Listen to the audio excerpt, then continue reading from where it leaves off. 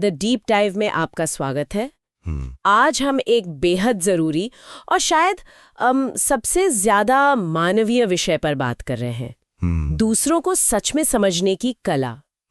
ये सिर्फ किसी के बारे में जानना भर नहीं है। हाँ, बिल्कुल। बल्कि उनके नजरिए को, उनके अनुभव को गहराई से महसूस करना और उन्हें ये महसूस कराना कि हाँ, किसी ने उन्हें वाकई देखा है। सही कहा।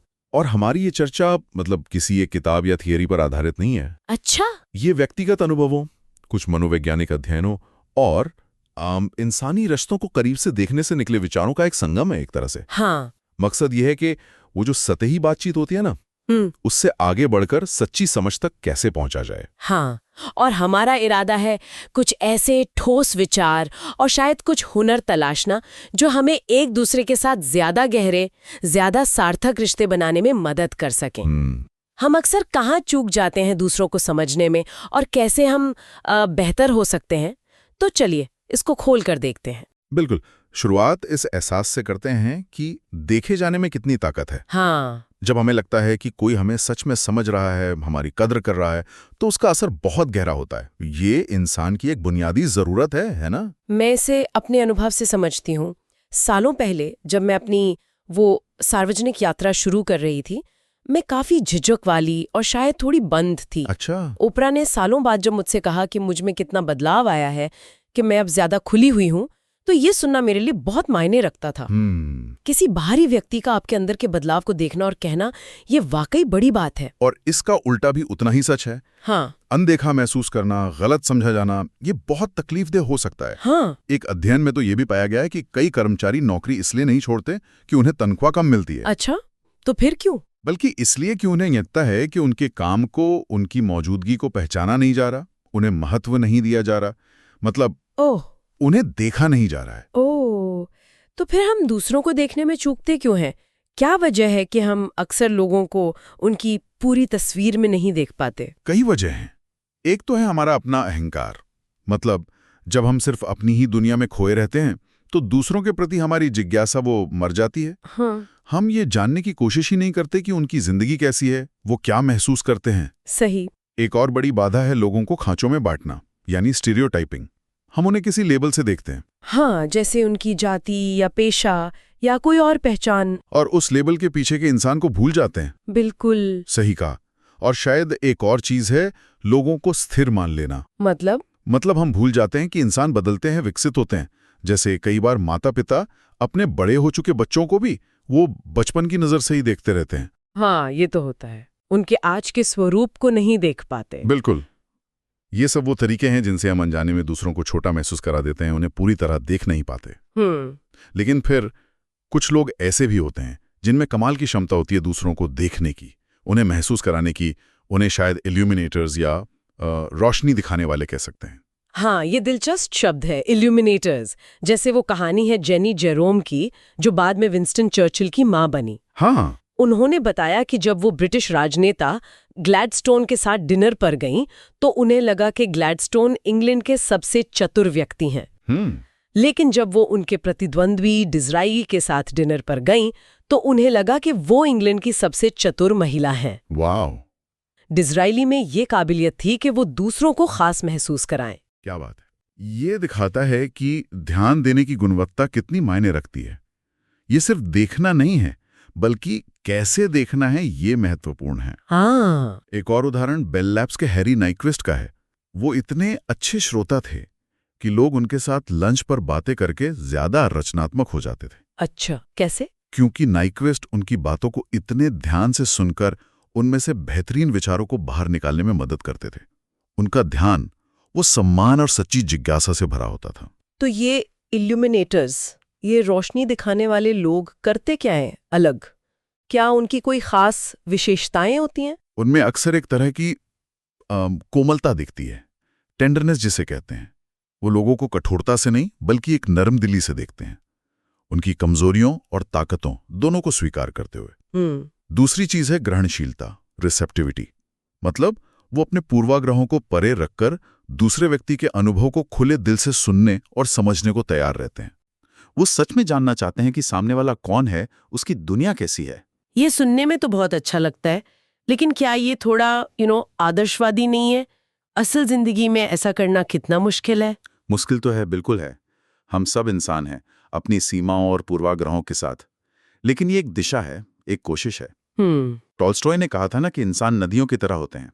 पानी सब में एक सा, पर हर नदी अलग है, हर पल बदलती रहती है, फिर भी अपनी पहचान बनाए रखती है। हाँ। शायद दूसरों को इसी नजरिए से देखना, जटिल, बदलते हुए, लेकिन अपनी गहराई में अनूठे, यही पहला कदम है। तो अगर हम इस दिशा में बढ़ना चाहें तो कुछ व्यवहारिक तरीके क्या हो सकते हैं?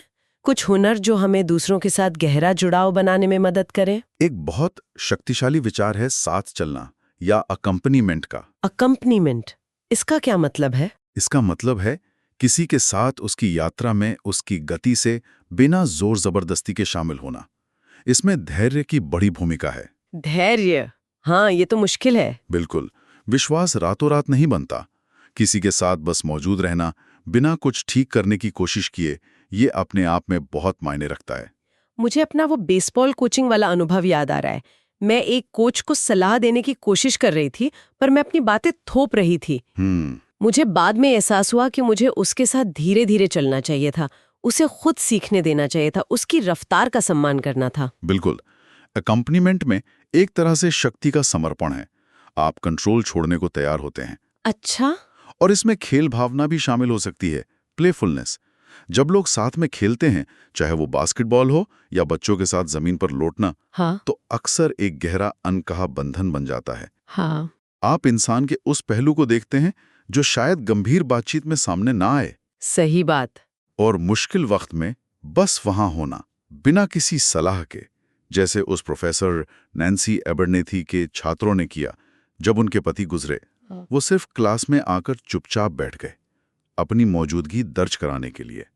ये है अकम्पनीमेंट। ये बस वहां होना सुनने में आसान लगता है, पर शायद करना सबसे मुश्किल है, खासकर जब कोई तकलीफ में हो। हाँ, क्योंकि हमारी प्रवृत्ति होती है चीजें ठीक करने की, सलाह देने की। बिल्कुल। लेकिन कई बार सबसे बड़ी मदद सिर्फ आपके खामोश उपस्थिति होती है, और ये हमें अच्छी बातचीत की कला की ओर ले जाता है। अच्छा। क्योंकि किसी को समझने का एक अहम जरिया उनसे बात करना है। पर अच्छी बातचीत होती क्या है? क्या ये सिर्फ मजेदार किस्से सुनाना है या गहरी बातें बताना? ना, सिर्फ वो नहीं। अच्छी बातचीत एक साझा खोज है, एक यात्रा जिस पर दो लोग साथ निकलते हैं। इसमें कुछ खास हुनर मदद करते हैं। पहला तो है ध्यान। ध्यान एक बटन की तरह है, या तो ऑन या ऑफ। आधा अधूरा ध्यान नहीं चलता, पूरी तरह मौजूद रहें। और शायद सिर्फ सुनना काफी नहीं, बल्कि जोरदार तरीके से सुनना, जैसे ओपरा करती हैं। हाँ, लाउड लिसनर बनना। उनकी आवाजें, उनकी प्रतिक्रियाएं, हाँ, अच्छा, सही बात, ये सामने वाले को बताती हैं कि आप उनकी बात में पूरी तरह शामिल हैं। बिल्कुल। और उन्हें और खुलकर बोलने का हौसला देती हैं। हाँ। बिल्कुल। और एक और तकनीक है लूपिंग। लूपिंग वो क्या है? यानी आपने जो सुना, हाँ। उसे अपने शब्दों में दोहराकर पूछना कि क्या आप सही समझे। जैसे, तो अगर मैं सही समझ रहा हूं तो आप अपनी माँ से उस बात पर वाकई बहुत नाराज हैं। ओह, अच्छा। इससे गलतफहमी दूर होती है और सामने वाले को लगता है कि उसे ठीक से सुना जा रहा है। ये लूपिंग वाकई कारगर लगती है। ये सिर्फ सुनने से एक कदम आगे है, ये समझने की कोशिश का दिखाता है। हाँ। और सवाल पूछने के बारे में क्या? सवाल पूछना बहुत अहम है। ये दिखाता है कि आप विनम्र हैं और दूसरे की दुनिया में रुचि रखते हैं। लेकिन सवाल बंद नहीं, खुले होने चाहिए। क्या या कब की जगह, कैसे हो या कैसा महसूस हुआ पूछें। अच्छा। मुझे इसके बारे में और बताओ। जैसे वाक्य बातचीत को गहरा बनाते हैं। और एक गलती जो हम अक्सर करते हैं वो है टॉपर बनना। हाँ, ये तो बहुत होता है। कोई अपनी मुश्किल बताता है और हम फौरन अपनी उससे बड़ी मुश्किल बताने लगते हैं। बिल्कुल। रुकें, पहले उनकी बात को जगा दें। हाँ, ये टॉपर बनने की आदत, शायद ये सब इसलिए मुश्किल है क्योंकि हम सब दुनिया को अपने अपने नजरिए से देखते हैं। वो अदृश्य गोरिल्ला वाला प्रयोग याद है? हाँ, बिल्कुल। लोग बास्केटबॉल पास गिनने में इतने मगन होते हैं कि बीच में नाचते हुए गोरिल्ला को देख ही नहीं पाते। है ना? सही कहा। हम वही देखते हैं जिसकी हमें उम्मीद होती है या जिस पर हमारा ध्यान होता है। हर व्यक्ति दुनिया को अपने अनूठे चश्मे से देख रहा है और वो अपनी सच्चाई रच रहा है। इसीलिए दूसरों को समझने के लिए ये पूछना जरूरी है, आप इसे कैसे देख रहे हैं? आपके लिए इसका क्या मतलब है? लेकिन आज के माहौल में ये सब और भी मुश्किल हो गया है। ऐसा लगता है जैसे हम सब अपने अपने वो बुलबुलों में बंद होते जा रहे हैं। हाँ, राजनीतिक खेमेबाजी, सोशल मीडिया पर एक दूसरे को अमानवीय बताना। हाँ, इसे अंधेपन की महामारी कहा जा सकता है। जब लोग अनदेखा महसूस करते हैं, अकेले पड़ जाते हैं, तो वो कड़वाहट और गुस्से से भर सकते हैं। ओह, कहा जाता है ना, जो दर्द बदला नहीं जाता वो आगे फैलता है। अकेलापन लोगों को कठोर बना सकता है। ये तो डरावनी बात है। हाँ, और कभी-कभी लोग मान्यता और अपनेपन की तलाश में ऐसी विचारधाराओं से जुड़ जाते हैं जो असल में और ज्यादा बंटवारा पैदा करती हैं। ऐसे में मुश्किल विषयों पर बात करना यानी हार्ड कॉन्वर्सेशंस लगभग नामुमकिन सा लगता है। बिल्कुल, क्योंकि हम सिर्फ दो व्यक्तियों की तरह नहीं मिल रहे होते। हम अपने अपने समूहों के प्रतिनिधि बनकर मिलते हैं, जिनके अपने इतिहास, अपनी ताकत और अपनी पहचान की चिंताएं होती हैं। हाँ। जैसा आपके उस पैनल चर्चा में हुआ था, आप मुद्दे को एक नजरिए से देख रहे थे और दूसरी पैनलिस्ट बिल्कुल अलग नजरिए से, अपने समुदाय के अनुभव के चश्मे से। हाँ, और मैं शायद उनके नजरिए में थोड़ी देर और ठहरने में नाकाम रही। जब कोई अपना दर्द या अन्याय बयां कर रहा हो, हाँ, तो पहले उसे सुनना और समझना जरूरी है, बजाय इसके कि हम फौरन अपनी सफाई या अपना तर्क देने लगें। सही बात है। और जब ऐसी बातचीत बिगड़ती है तो हम एक दूसरे पे लेबल लगाने लगते हैं, हाँ, इरादों पर शक करने लगते हैं। इसे सुधारने के लिए पीछे हटना पड़ता है, पूछना पड़ता है कि गड़बड़ कहाँ हुई। अपने इरादे साफ करने पड़ते हैं, जिसे स्प्लिटिंग कहते हैं। अच्छा। और शायद उस टूटन में भी गहरे जुड़ाव का मौका देखना पड़ता है। समझना पड़ता है कि हम दोनों शायद एक ही चीज को अलग अलग पहाड़ी से देख रहे हैं। ये मुश्किल बातचीत बाहरी लोगों के साथ तो होती ही है, पर कभी-कभी सबसे कठिन बातचीत अपनों के साथ होती है, खासकर जब वो गहरी निराशा या अवसाद में हों। मेरे सबसे पुराने दोस्त पीटर मार्क्स की कहानी। वो एक शानदार इंसान थे, पर गंभीर अवसाद की चपेट में आ गए। हाँ, आपने बताया था। हम्म, और आपकी शुरुआती प्रतिक्रिया, जैसा कि ज्यादातर लोग करते हैं, उन्हें खुश करने की, चीजों को सकारात्मक दिखाने की थी। हाँ, बिल्कुल। पर मैंने सीखा कि ये तरीका अक्सर नुकसानदेह हो सकता है। कैसे? मैंने सीखा कि दोस्त का काम ठीक करना नहीं है। काम है बस साथ रहना, सुनना, सम्मान करना, प्यार करना और ये दिखाना कि आपने उम्मीद नहीं छोड़ी है, बस मौजूद रहना। मैंने उनसे सीधे आत्महत्या के बारे में भी पूछा, क्योंकि मुझे बताया गया था कि ये जरूरी है। ये बहुत अहम बात है।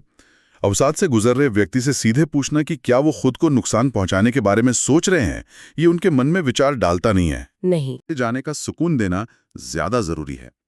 पीटर का जाना एक बहुत बड़ी क्षति थी और इसने मुझे सिखाया कि बस साथ होना कितना कीमती है। तो ये सब हमें सहानुभूति की ओर ले जाता है। एम्पैथी।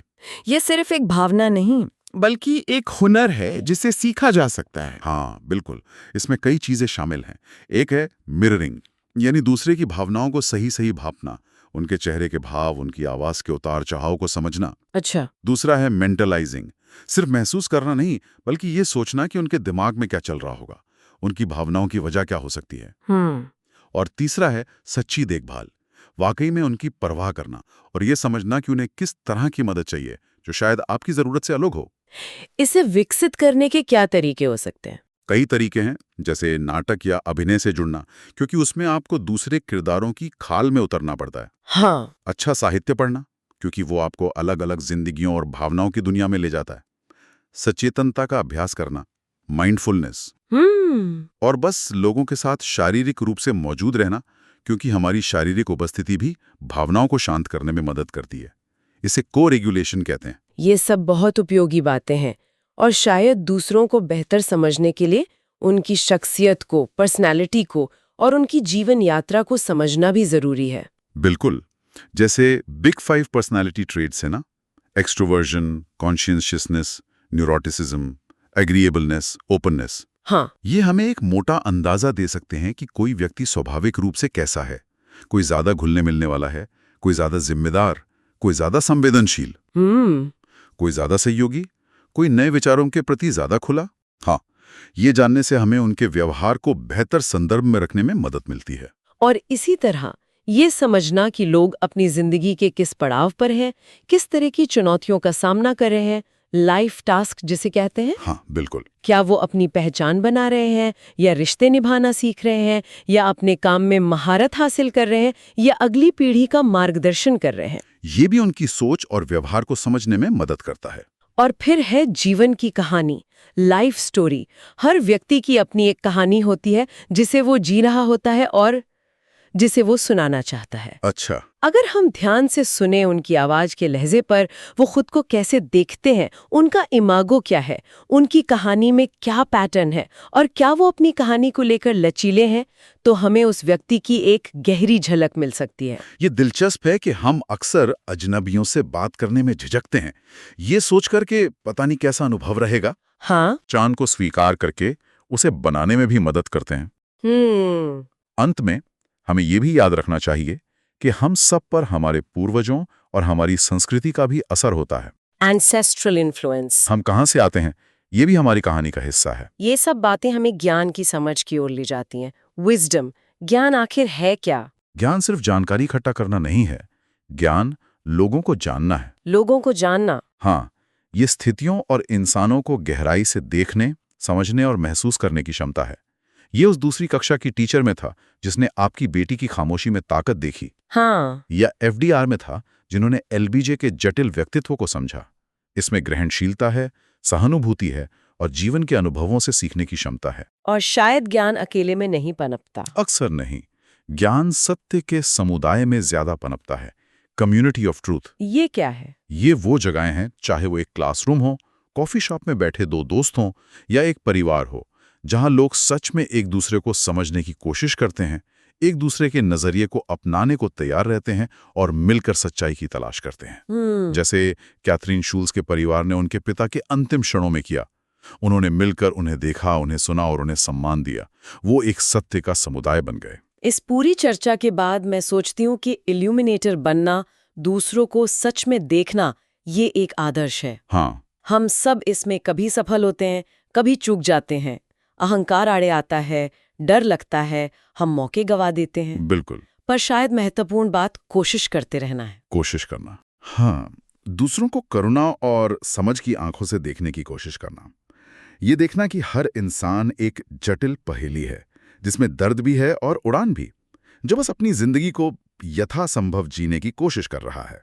तो संक्षेप में हमने आज बात की कि दूसरों द्वारा सच में देखा जाना कितना शक्तिशाली है, और कैसे हमारा अहंकार या पूर्वाग्रह हमें ऐसा करने से रोकता है। हाँ, हमने इल्यूमिनेटर्स के गुणों, ममता, जिज्ञासा, ग्रहणशीलता को समझा। हमने कुछ व्यावहारिक हुनर भी देखे, जैसे साथ चलना यानी धैर्य और उपस्थिति दिखाना, और अच्छी बातचीत की कला, जिसमें ध्यान से सुनना, लूपिंग करना और सही सवाल पूछना शामिल है। हमने मुश्किल बातचीत और निराशा में साथ देने की चुनौतियों पर भी गौर किया। और हमने समझा कि लोगों को उनकी शख्सियत, उनकी जीवन कहानी और उनके नजरिए के जरिए देखना कितना जरूरी है। बिल्कुल।